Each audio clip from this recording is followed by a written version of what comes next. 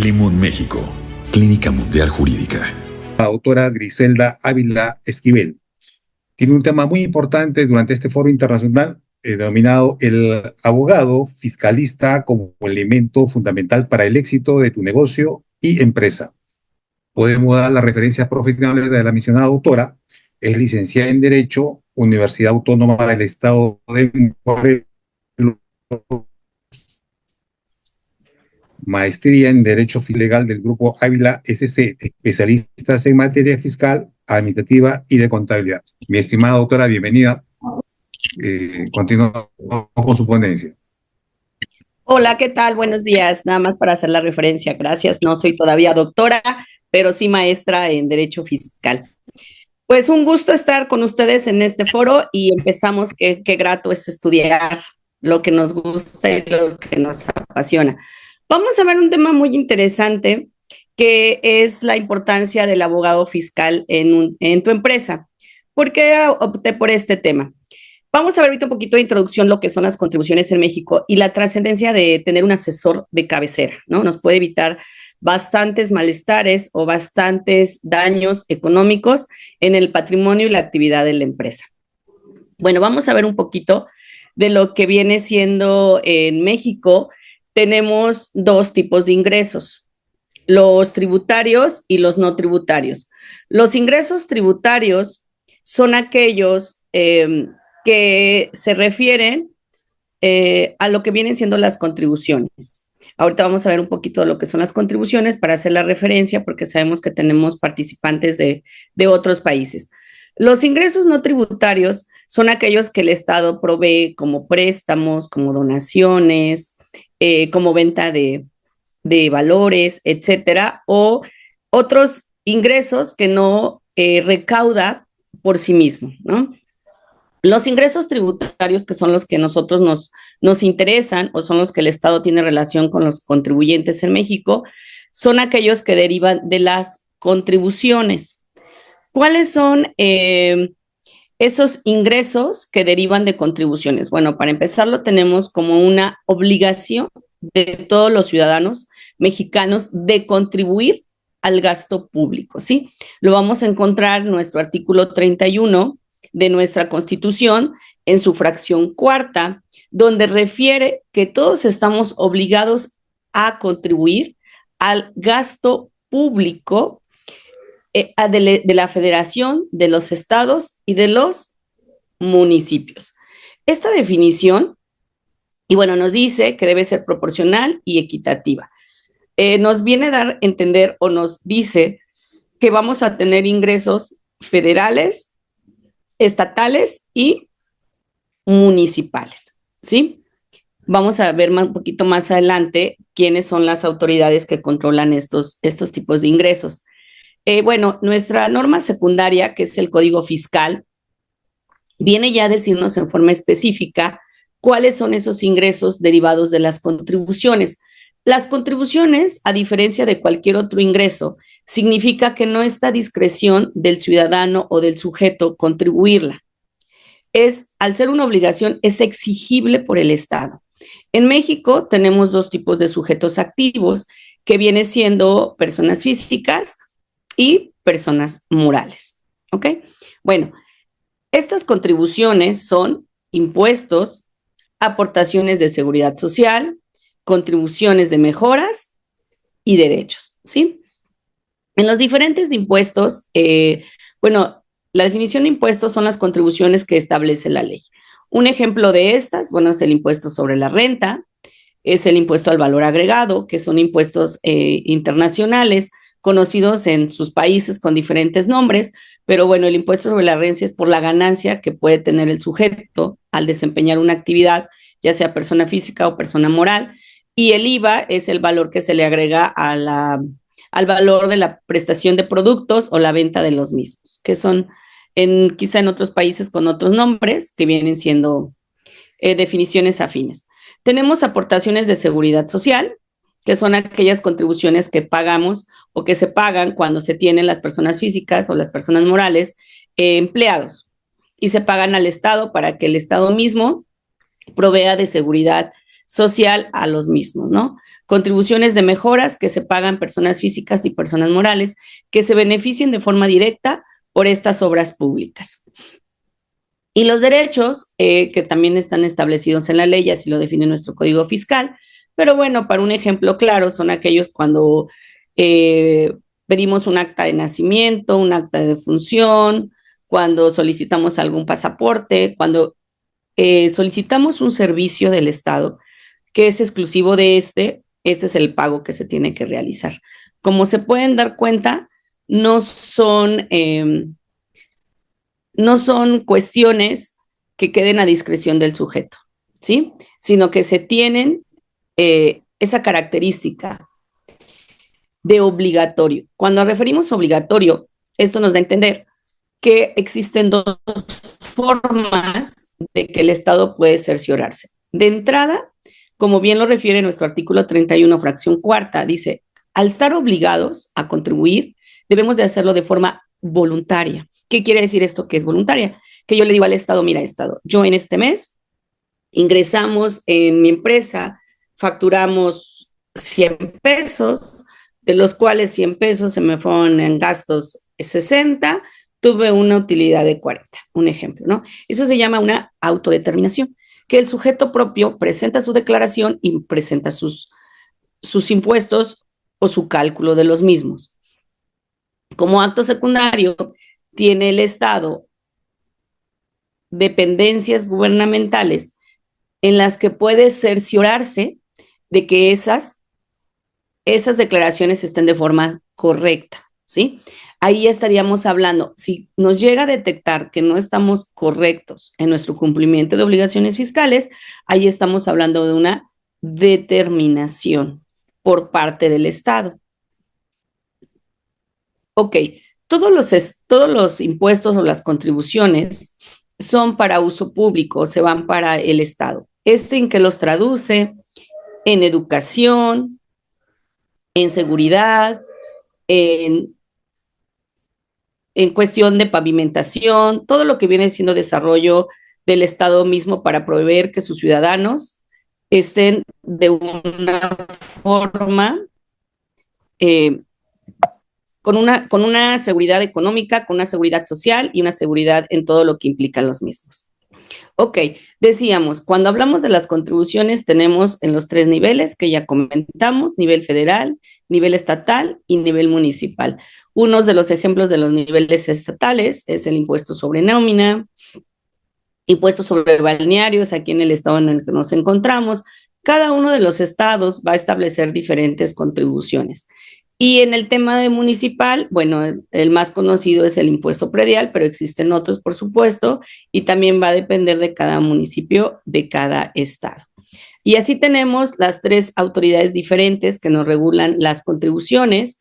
Las más conocidas tenemos al Servicio de Administración Tributaria a nivel federal y a nivel estatal tenemos lo que vienen siendo las secretarías de finanzas de cada uno de los estados con diferentes nombres. Y en materia municipal también tenemos a lo que vienen siendo las tesorerías municipales, pero también ya va a depender de cada uno de los municipios en lo que nos encontremos, su denominación. Pero en esencia buscan recaudar o tienen su facultad de hacerlo de acuerdo a su nivel. Así tenemos también que estas autoridades tienen 2 tipos de facultades, o bueno, yo las he clasificado así, facultades de comprobación y facultades de gestión. Vamos a ver las facultades de comprobación, que son las más conocidas, que viene siendo una visita domiciliaria, una revisión de gabinete o una revisión electrónica en la actualidad. En nuestro sistema fiscal mexicano, en el tema de impuestos y bueno, en el tema de seguridad social también ya, se activó una herramienta que se llama buzón tributario, ¿sí? Ya las notificaciones a los contribuyentes o la comunicación del Estado hacia los mismos ya no es presencial. ¿Qué significa esto? Que vayan a tu domicilio, te toquen y te digan, hola, mira, es que traigo este documento dirigido como era en años pasados. Ahorita actualmente se ha activado mucho la herramienta del buzón tributario. ¿Qué significa esto? Que nos llega un aviso a nuestro correo electrónico que tú hayas dado de alta cuando fuiste a dar tus datos, ¿sí? Y por ahí va a ser el medio de comunicación. Actualmente en México, ya a los jóvenes que cumplen 18 años, tenía México un problema que no todos los ciudadanos o no todos los contribuyentes estábamos en el padrón del Registro Federal de Contribuyentes. ¿Y qué es lo que pasaba o qué es lo que viene o lo que trae? Que pues varios negocios están en la informalidad. ¿Qué significa esto? Que no están contribuyendo hacia el Estado. Entonces, ¿qué es lo que viene siendo el Estado para modificar esta función? Bueno, ya sacó una reforma donde todos los jóvenes, o bueno, todas aquellas personas cumpliendo 18 años, que para en el caso de México es la mayoría de edad, todos deben optar por sacar su registro federal de contribuyentes.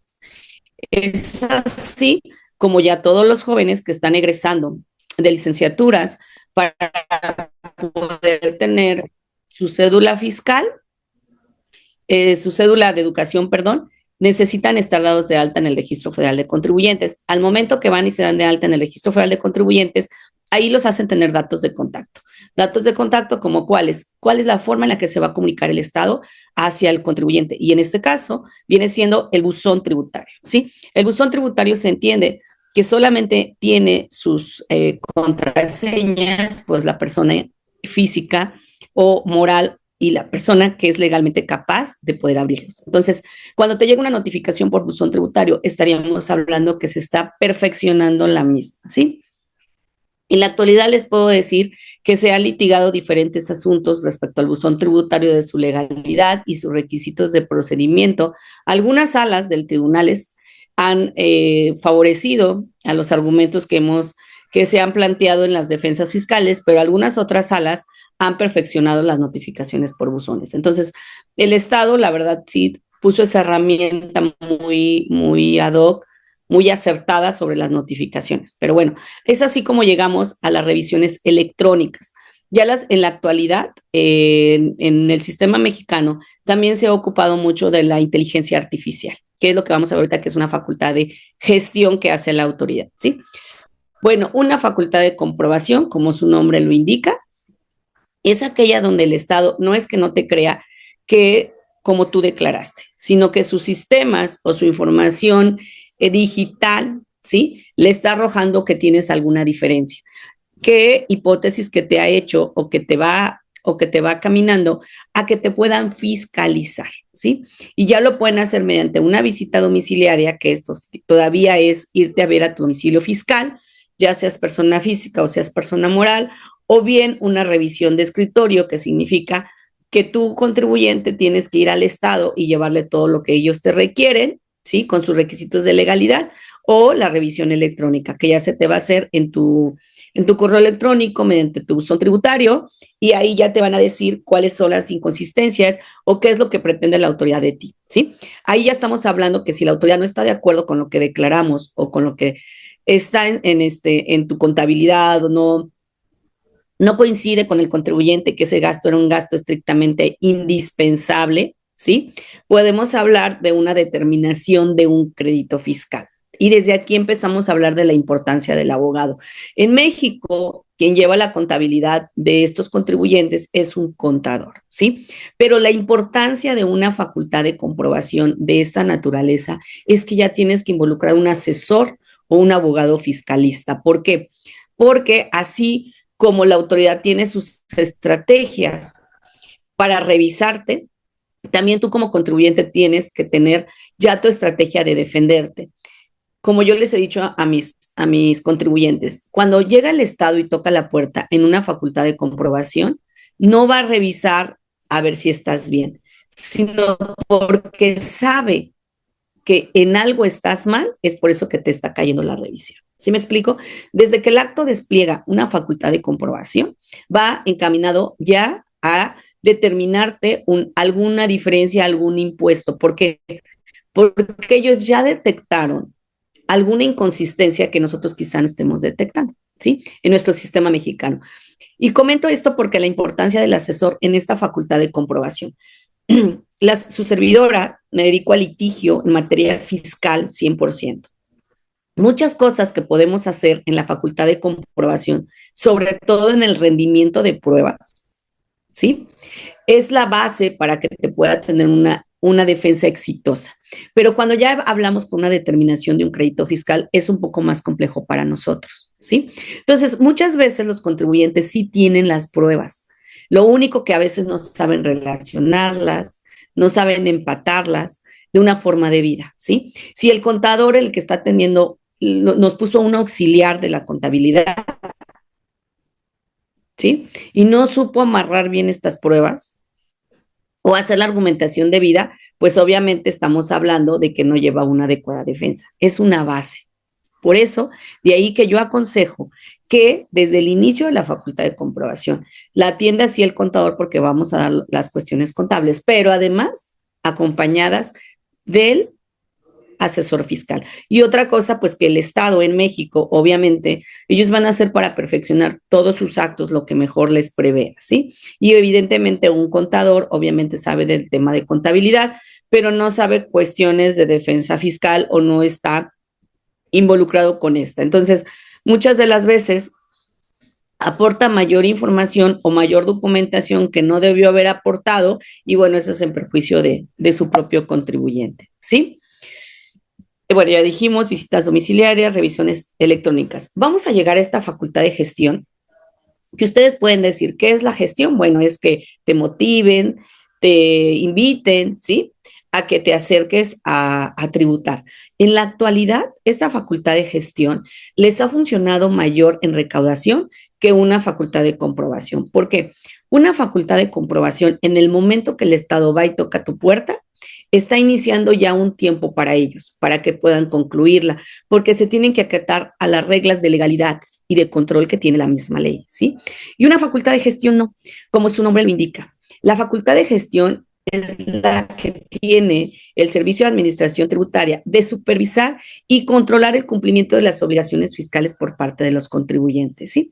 Y tú puedes decir, ay, pero pues no es trascendente esta facultad de gestión.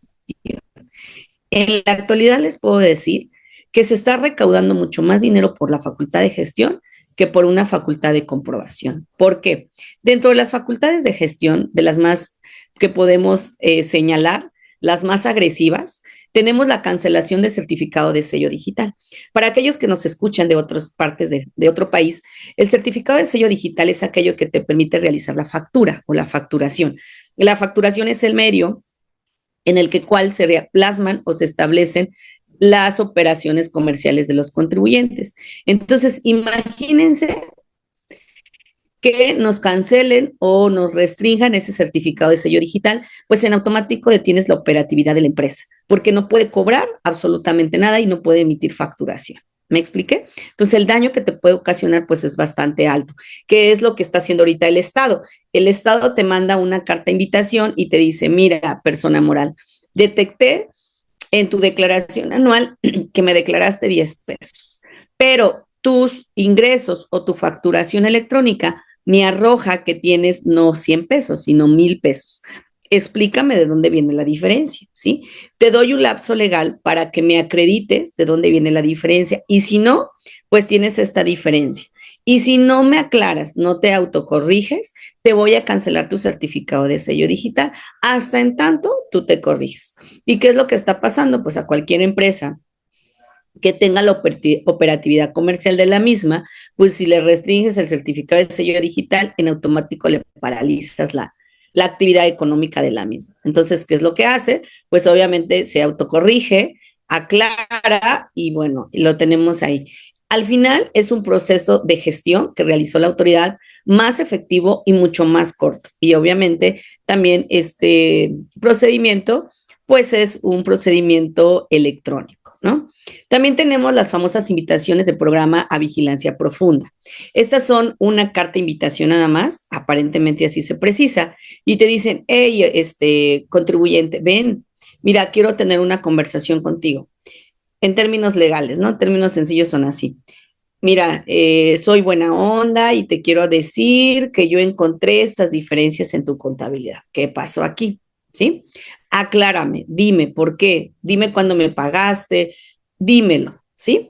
Obviamente te dicen que esta carta de invitación es voluntaria si tú la quieres tomar, ¿no? obviamente, si tú la tomas, te enteras, te autocorriges y quedas saneado, ¿no? Pero si no la viste, no te pronunciaste, viene una segunda, hasta una tercera carta de invitación, ¿sí? ¿Por qué? Porque la autoridad le ha resultado mejor esta facultad de gestión para recaudar que una visita domiciliaria que es más larga y más costosa para el Estado, ¿no? Entonces, en estas cartas de vigilancia profunda, si no te autocorriges o no le aclaras o no dejas satisfecho a la autoridad, ¿sí? ¿Qué va a pasar? Te pasa a la siguiente etapa, que ya es una facultad de comprobación. Eh, ¿Cuál es la desventaja de estar en estas clases de procedimientos, no?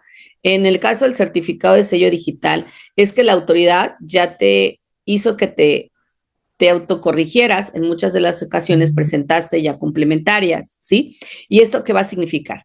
En materia tributaria en México, las facultades de comprobación caducan a los 5 años, ¿sí? Entonces, si el Estado por alguna razón detecta que se le está caducando su plazo y no encuentra, pero sabe que eres un contribuyente propenso a realizar una facultad de comprobación, puede utilizar la estrategia de un certificado de sello digital para que tú presentes una declaración complementaria y así interrumpa su caducidad, ¿no? Y pueda fiscalizarte un poco más adelante. Entonces, por eso les digo, esta facultad de gestión le ha dado muy buen resultado a la autoridad. Es más, me atrevería a decir que sus altos índices de recaudación para el ejercicio pasado, que tuvieron muy altos, por cierto, es precisamente por estas facultades de gestión que han tenido, ¿sí? Entonces, le ha tenido mucho auge esta facultad. ¿Y qué es lo que tiene esta facultad o esta herramienta? La inteligencia artificial que ha ocupado el Estado mexicano en materia tributaria ha sido enorme, ¿sí? Tiene sus deficiencias como todo sistema o como toda inteligencia.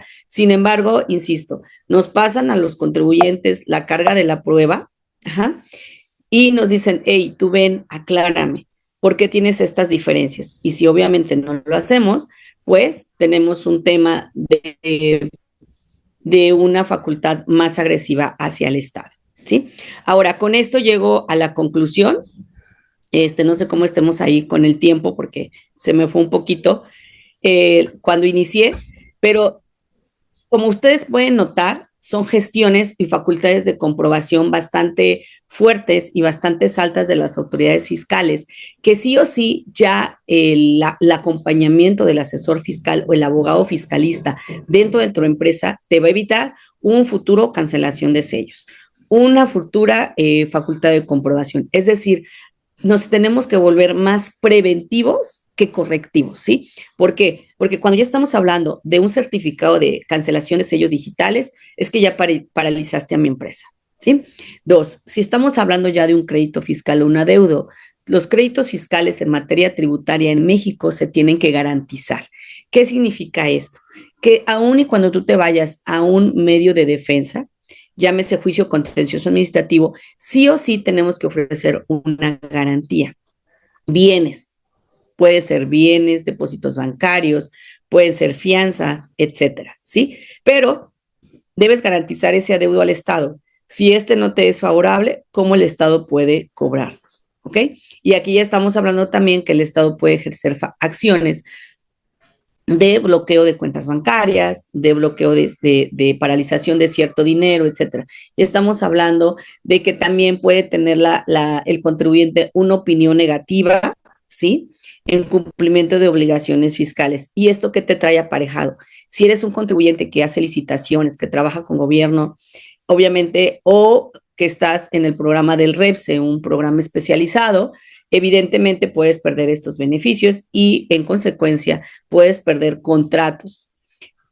¿Y qué te traduce? Pérdidas económicas. Y todas estas pérdidas económicas puedes evitarlas si estás debidamente asesorado o estás en compañía del abogado fiscalista. Pues creo que estoy en mi tiempo. Muchas gracias. Es un honor estar aquí con todos ustedes y aquí estoy para el tema de dudas que se surjan más adelante. Excelente día.